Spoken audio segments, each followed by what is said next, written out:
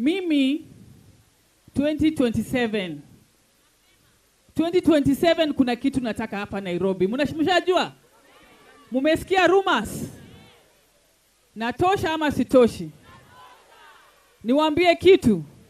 Unaona hapa Nairobi hautapata mama mzuri, mama roho safi, mama hapana tambua, kaende, mukiguzwa tu hivi, mimi natokea.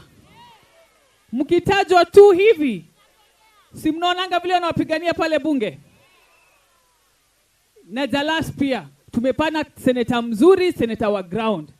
Miaka 5 tumeona seneta wetu kwa TV peke yake. Mshaimuona kwa mkutano kama hii?